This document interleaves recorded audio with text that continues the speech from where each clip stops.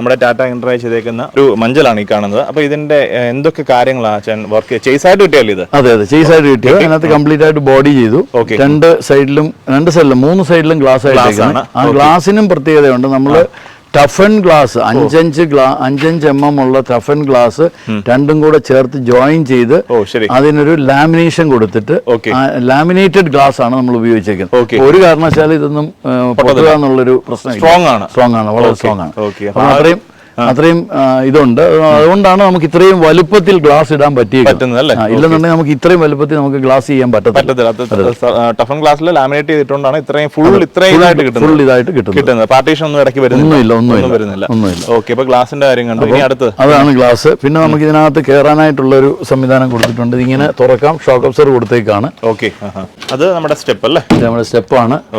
ഇത് ബോഡി വെക്കാനായിട്ടുള്ളൊരു സാധനമാണ്. ട്രോളിയാണ്. ട്രോളി ചെയ്ത് ബോഡി വെക്കാം.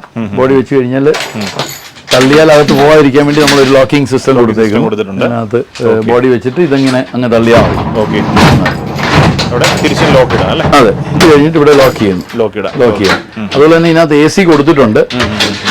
നിയമപരമായി പറയുകയാണെങ്കിൽ വീണ്ടും ഇതിനകത്ത് ആള് ട്രാവൽ ചെയ്യാനായിട്ട് അനുവദിക്കുന്നതല്ല. പക്ഷെ എഗെയിൻ നമ്മുടെ ഒരു കൾച്ചർ പ്രകാരം, പ്രത്യേകിച്ച് കേരളത്തിൽ ഡെഡ് ബോഡിയുടെ കൂടെ ആൾക്കാർ കയറും.